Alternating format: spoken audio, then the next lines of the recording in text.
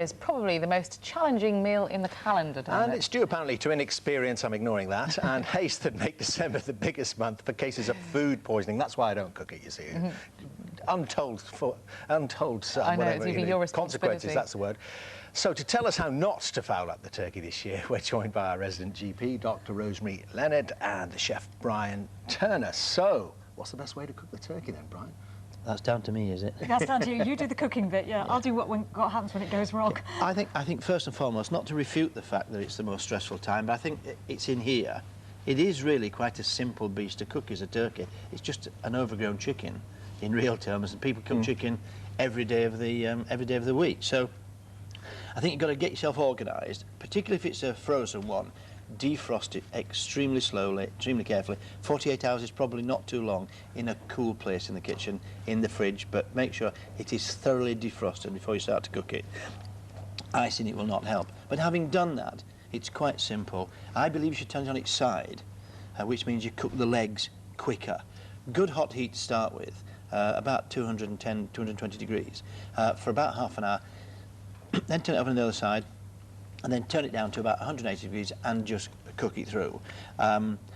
If you've got a meat thermometer, it's great to be able to test, make sure it's over 77, 80 degrees in the legs. And if you haven't, use a skewer to test the temperature. I personally, as a cook and an eater, don't want you to overcook turkey because it comes dry. It doesn't do the turkey producer any favours, doesn't do you any good on Christmas Day. However, you do need to be sure that you've cooked it through. If it's a fresh one, it's a lot easier. Apparently 1 in 3 of the chefs in the kitchen on Christmas Day find it the most stressful part of Christmas, though, don't they? And we were asking people earlier on last week, weren't we, about the best, you know, their best tips, and they were saying slice it up, then stick it back together again, and all that. It doesn't need to be that complicated then. No. Would you like to have my this? I normally cook at the legs, but sometimes people find if you get the butcher to take the legs off, cook a crown roast. The crown, just the 2 breasts of turkey, will cook extremely quickly. Cook the legs separately. Therefore, just put the legs in first, and then about half an hour, put the 2 breasts in, so they'll arrive cooked at the same time. Let them rest after cooking, but if you're really smart and you can take out the thigh bone from the leg, you can put your stuffing in there and slice straight through. That sounds we knew we'd get some top tips from Brian, didn't we? But I mean, in spite of that, Rosemary, a lot of people listening to Brian will get it right, but in spite of that, there will be some cases of food poisoning as a result of undercooking that good old bird. What are the symptoms that people should look out for? The main risk from an undercooked turkey is Campylobacter. People think of Salmonella, that is a risk too, but the main risk is Campylobacter. And people think of food poisoning, they get diarrhea and vomiting, and they always think, what did they eat the previous day? In fact, with Campylobacter, it can come on 5 to 10 days later. So in fact, if you eat a slightly raw turkey, but of undercooked turkey on Christmas Day, you could be ill on New Year's Eve. And you just don't think back to Christmas Day. And what happens with Campylobacter is you get really bad stomach gripes. I mean, it's the pain that's interesting, and the diarrhea with it.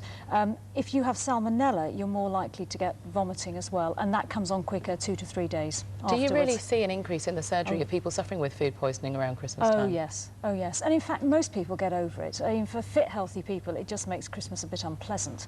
But for youngsters and toddlers, babies and the elderly, it can be really nasty, and they can end up in hospital because they can become dehydrated. So it really is important that the food's cooked properly. Of course, Brian, a lot of people get these kind of horrible things from leftovers. Big turkey, it sits around the kitchen for days, sometimes more than a week. People pick at it. What's the best way to store your leftovers? That's the problem, I think. It is, you know, the old cling film works tremendously. Good refrigeration. We date stamp everything now, so if it's wrap it up carefully, put it in there.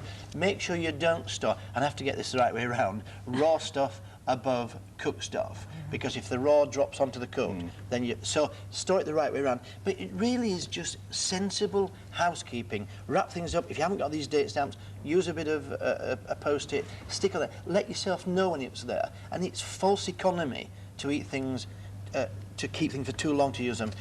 I think there's no problem with once the turkey's cold in the fridge, wrap it up and freeze it, and then take it out, slowly defrost it, 2 weeks later on. But it's just trying to keep it there and looking. It's just about organisation. Take 5 minutes, look, wrap them up carefully, put them away, and work out when you... And the biggest tip I can give people is before Christmas, plan all the meals. So let's say we have turkey on Christmas Day, let's make sure we eat it on the 3rd day afterwards.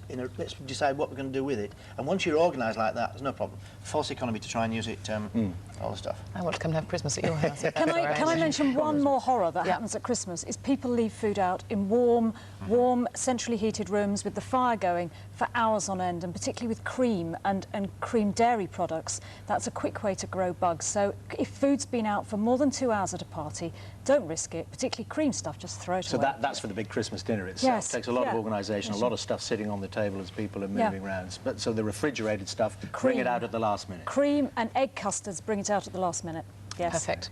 Thank you very, very much indeed. You can take your turkey and your meat and all your ham with you. Thanks a lot. Won't be having any of that on your table, will you? On Yeah, and Christmas if you'd Day? like a full guide to cooking